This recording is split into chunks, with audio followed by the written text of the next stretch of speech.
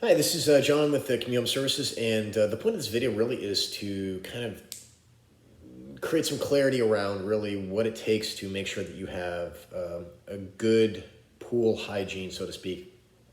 And when I think about, I guess, these typical like topics like this and so on and so forth, we try to make things as simple as possible. And the way that we do that really is by kind of categorizing and classifying different components of really what needs to be done here. So we want to keep this as simple as possible and make it just basically uh, as if we are. We want to make it so that basically even a child could understand. So that's what we're trying to do here. To begin with, there are a couple of core components that you really need to think about when you're thinking about pool maintenance and making sure that your pool is in good working condition, so that when your kids want to have a party over the weekend, that everything is going to be not only aesthetically sound, but also but also like hygienic and clean. So we don't want to see algae coming up. We don't want to see other bacteria kind of growing and so on and so forth. So there's a couple of categories that we really bucket these what we have to do, what needs to be done on these pools to make sure that they're in good standing. One is you need to have very good or at least good enough circulation. So the pool needs to turn over a certain amount. The pump needs to turn the water over in the pool a certain amount each day, depending on the time of year. This will change depending on the temperature. Obviously, the warmer it is, the more prone the pool is to becoming to producing algae. Not least of which is photosynthesis. Right, is a big contributor to the growth of algae, but as well, it's not that well known, but UV light actually does strip away some of the effectiveness of chlorine itself. And so one of the things that we want to account for, at least, is the circulation of the pool. I've already touched on this, but the another core component. So thinking of the circulation, there are a couple of core components within circulation itself. Think of your pool as a closed system. The water comes in through the skimmers and the main drain, typically, goes through your equipment set, which should be not too far, but kind of hidden away from your pool. And from the equipment set, it gets pulled in through the pump. Think of the pump as more or less like the heart of the pool. It is a thing that moves the water around. Your filter, what it does is obviously it filters the water and all of the kind of contaminants that get into it get trapped in the filter. And then thereafter, more or less everything else is, you might have we call a salt cell or a chlorinator. These are adding chemical components to the pool, primarily chlorine, and other accessories like blowers, heaters, things of this nature. That really kind of change some of the other properties of the water, but a blower adds air, a heater adds heat to the water itself. And then once it's completed that cycle, based on whatever equipment that you've got it coming back into the pool, primarily in what we call the pool returns. And depending on the pool, will determine more or less the number of returns that you've got. And primarily, there's two types of returns when you think about it. There's basically the return jets that kick back water into the pool to create kind of a circulation effect in the water itself. And the second component really is if you have a pressure side cleaner, a Polaris is a common brand, but if you have a floor cleaner that is actually running off of the energy that and the water that is pushing back in through to the pool, that is also return pressure. So it's a return side line. And so circulation is very important. Now, there's a couple of places where people trip up, or pools trip up generally in circulation. The most common, the most obvious when you kind of think about it is actually your filter pressure. as your filter continues to collect more and more debris and particles and the bacteria and all kinds of stuff that ends up getting in there, it starts to build more and more back pressure. I call it back pressure because your pump is pushing against that filter at all times, and so the more things, the more stuff that you have within the filter itself, the more pressure that's going to be building up in the filter, because again, your pump more or less is on a constant it's at a constant push, and the more back pressure it gets, the more resistance it encounters, the more pressure you're going to get on your filter. And so that's the number one place that the pools typically fail, is that the pressure will, if left unchecked, the pressure will build up in that into that filter until a point where basically it splits or breaks or pops. Worst case scenario. Now, the way that you resolve that is really you clean your filter on a regular schedule. If you're not cleaning your filter at least twice a year, you're not really practicing good hygiene habits. It's one of the most important things you can do to make sure that your pool is in the right condition. Then the second place where a lot of pools are slipping up or do not really get the full extent of what needs to be done here is that it actually comes down to the pool return jets themselves. These return jets, they need to be pointed either, all of them pointed clockwise or counterclockwise, but they should be creating kind of a whirlpool effect. A couple of comments.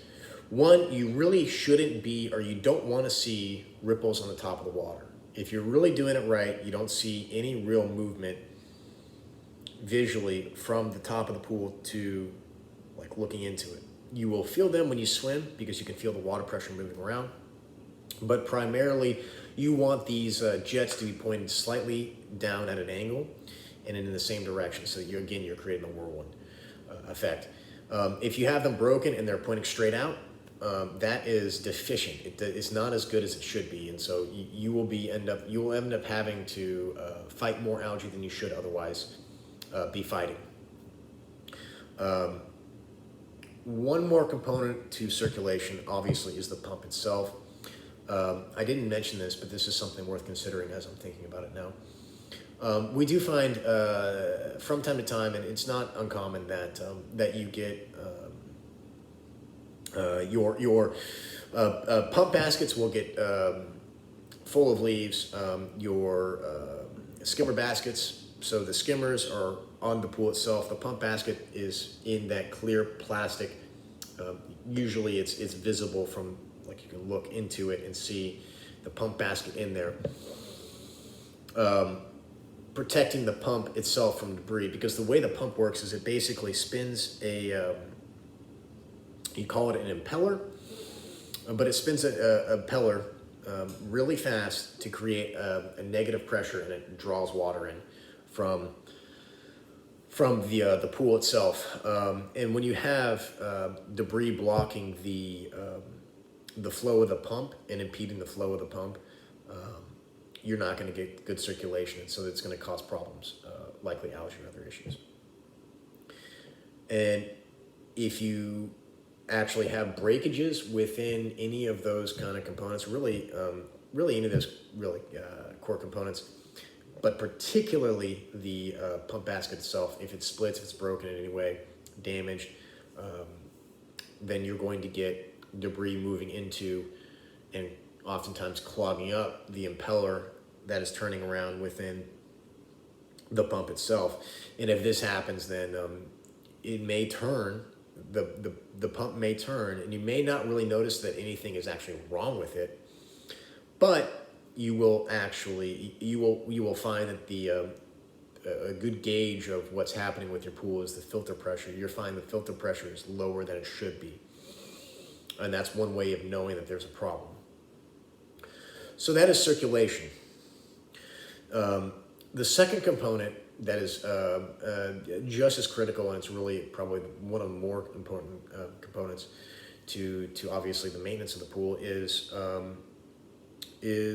your chemistry, right? So when your chemistry is out of whack, there's really, I would say, 3 or 4 core components, depending on how you are configuring it, to your pool chemistry. You have your chlorine reading, you have your pH reading, and those are the 2 core components. Everything else that goes into chemistry really supports these. You can go in, well, primarily that's the 2 things, right? So it's your chlorine and your pH. Now, if your pH is too high, your chlorine is not going to be very effective. In fact, you get a pretty dramatic change in the yield of the amount of chlorine that you're putting in your pool to the height, I guess, the higher the pH. So remember, simply pH is basically, we remember this from chemistry, although maybe not that well, that it goes more or less, 7.6 is, we call it, or considered like a neutral pH. And above that, we call it a high pH. It's very basic. It's more basic than neutral. And then on the lower side, you have the acidic scale. So as you're going to more basic and the higher you are above 7.6, the less effective your chlorine is going to be when it's acting. Now, too low of a pH, it doesn't really, it won't affect your chlorine's efficacy, but it will corrode and erode different parts of the pool, be it the equipment or the shell of the pool itself, which is, we know, very expensive to replace. And so it's very important to keep your chemistry in line. And there's 2 components that really go into chemistry. It's the pH, excuse me. It's the pH itself, and then behind that, what you have as a supporting character, kind of like Batman has Robin, you've got alkalinity. Now your alkalinity really, let me back up. Your pH really should be kind of more or less between 7.4, you could go to 7.2 and not really have a whole lot of issues. 7.2 to basically 7.6, 7.8. And these are the broad ranges. Now, your alkalinity depends on the type of shell, I guess, that you have for your pool. A lot of people, they have what you call a plastered pool.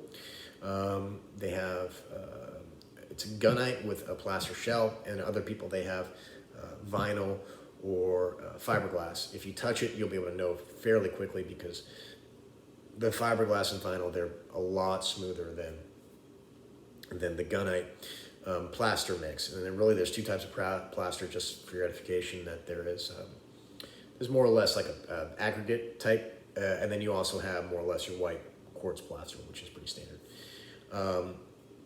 These both are more rough than the fiberglass or plastic, vinyl version. And the reason I bring this up is because for your standard Dallas, Texas pool, you're going to have basically an alkalinity range between, should be between 80 and 120 parts per million. If you're not in that range, the higher the alkalinity, the less you're going to get fluctuations in your pH. And so you really kind of want to be within that range. Too high, you get it locked up, you can't move it, it's very tough. And then you can get issues with the actual plaster itself. On the other side, if you're too low, then you're going to get wild swings in your pH. It's going to be very hard to control, and you might have it on point when you're testing the chemicals, but then the next day it's totally too high or too low, depending on what's happening with the pool itself. So that is the kind of the pH side of it. And then on the other side, you're going to have the chlorine kind of component to it. And with the chlorine component, really, there's the chlorine itself, and we put these in the pool basically with, we put these in the pool through more or less two means. One is tabs. Most people are familiar with this, which is that it's a slow dissolving form of chlorine.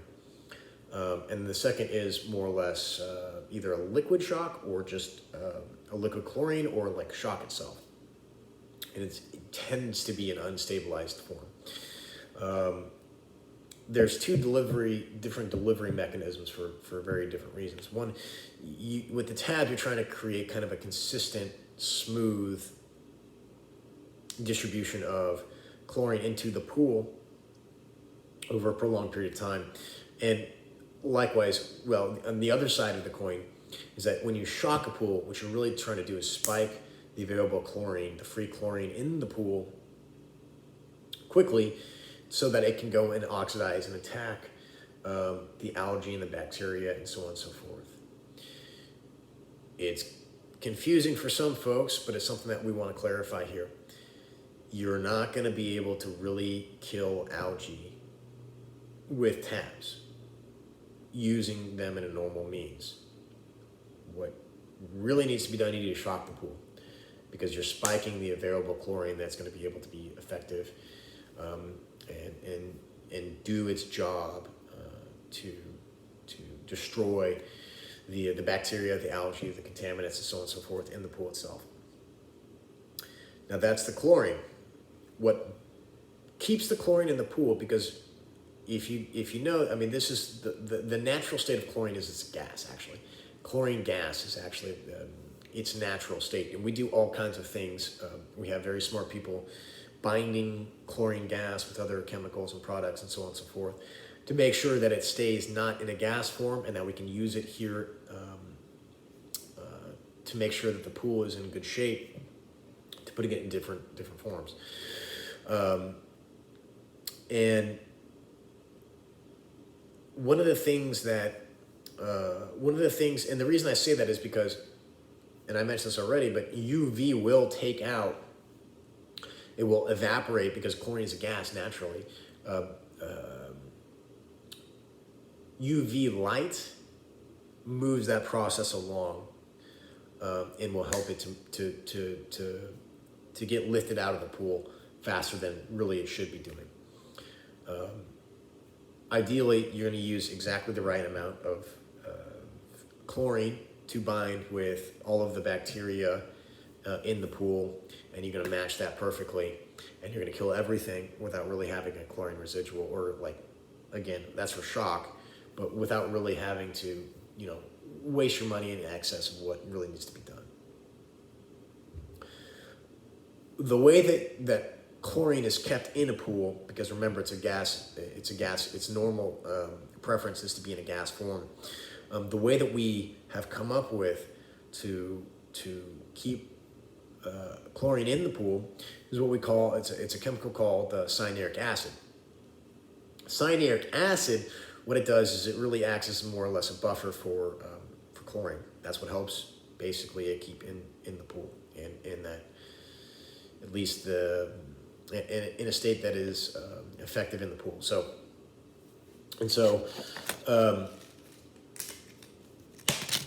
when thinking about pool, what makes for good pool hygiene, you really want to be able to be on top of both your chlorine and your pH, and then some of the supporting characters, your cyanuric acid and your alkalinity. I mean, they're very important. They're very important in making sure that these two numbers are hitting where they need to be hitting. And the final really component, going back to it, is really your filtration. So we see it all the time. A lot of times these pools get out of shape or whatever, and really nobody's paying attention to these filters. They're not cleaning them on a regular schedule and so on and so forth. So what happens is the pressure builds up in there. And then once the pressure builds up, I mean, the guts of these filters, they're not particularly sturdy. I mean, you think about the pressure of your tire, you're at about 30 to 36, somewhere in that range. I don't know exactly, but 30 to 36 PSI. Well, your filter's between 10 and 20. But you think about what's in the filter, more or less, it's like fabric. It's like fabric, basically, for your DE filters and plastic. And you know, it's not hardly any different than in a cartridge filter. But these things break with a lot of pressure, and so when you're not cleaning them, you know, these grids, these cartridges, they do break. Because what happens, the way that the guts work in these filters is water comes in from the pump. It goes through the manifold. The manifold pushes the water through the either the DE filter or the cartridge filter, and the water from that gets pushed out through the actual filter itself. So water in, down, out. And then the water, once it's done through all of that, it'll go out to the pool as filtered water. Well, when you have breakages and holes in the material that is doing the filtration itself, you even have a pinhole kind of hole in it, what's going to happen is you're going to find water goes to the place of least resistance. So, and when that happens, nothing is really getting filtered. And so it's very important to make sure that we are on top of the making sure the integrity and the guts of these filters is really where it needs to be, because this is a place where, besides getting debris out of the pool, excuse me, it's really making sure that all the bacteria is getting stopped up in one place and not being just spun around back and forth around the pool.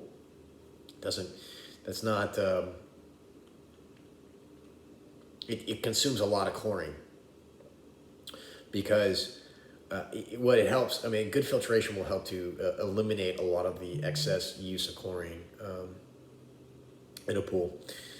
And then finally, one of the more core components as well, right, so you got chemistry, you got filtration, you got circulation.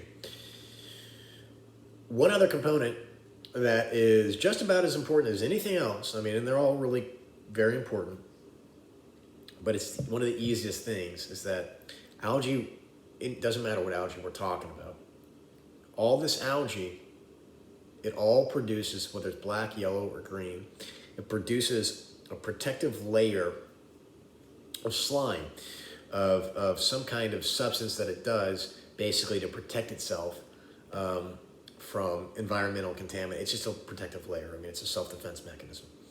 And if you don't brush that off with a pool brush, which is why everyone has pool brushes, and you know, you have to brush the pool. If you don't brush that off, you can throw a ton of shock in these pools, and you won't kill the algae. It has to be brushed to penetrate that layer of slime to get down to where the root of the problem is, so that the chlorine can go and attack the algae itself. Makes sense, right? I'm hoping so. And so these are some of the things that we think about when we think about pool maintenance. There's a lot more than just chemistry and dumping chlorine in it. You got to be doing these different things. And if you're not doing these different things, you're spitting in the wind, I guess is a phrase. It's wasting time. You got to make sure the pool is running long enough. You got to make sure that it's pushing enough water. You got to make sure that your filter is grabbing all of that bacteria and debris and all this other stuff. You got to make sure that your chemistry is on point. And you got to make sure, if you ever do get algae, and by the way, it's not always visible, it starts invisibly and then becomes visible, that you're brushing the pool on somewhat of a regular basis, particularly in the areas where algae likes to bloom. You can't brush Polaris bags, but that's one of the common places where it starts. But typically it's steps, bags, and skimmer throats is where algae will start. If you can brush these areas on somewhat of a regular basis, you're going to keep algae from it's going to help to keep the algae, as long as you're doing everything else, it's going to help to keep the algae from blooming in the first place. Because once it gets a toehold, it's very easy for it to spread, logically, right? We all kind of intuitively understand this. and this is based on our experience and the years of collected on boots on the ground, practiced wisdom of maintaining hundreds of pools. This has already been a lot longer than I really hoped to create as far as a video goes, but this more or less will tell you, at least gives you a way to think about what it is that we're trying to accomplish here and how we do it on pool maintenance, right? So I hope this makes sense. Thank you. And if you have any questions, go ahead, go to our website, CommuteHomeServices.com. We're very open to helping you answer questions, whatever else. We've got chemicals, we do maintenance, we do all these different things really for your benefit, and we try to do it in a way that we don't compromise on quality, and we try to do it for an attractive price. All right? Thanks so much. Have a great day, and I hope this was helpful. All right.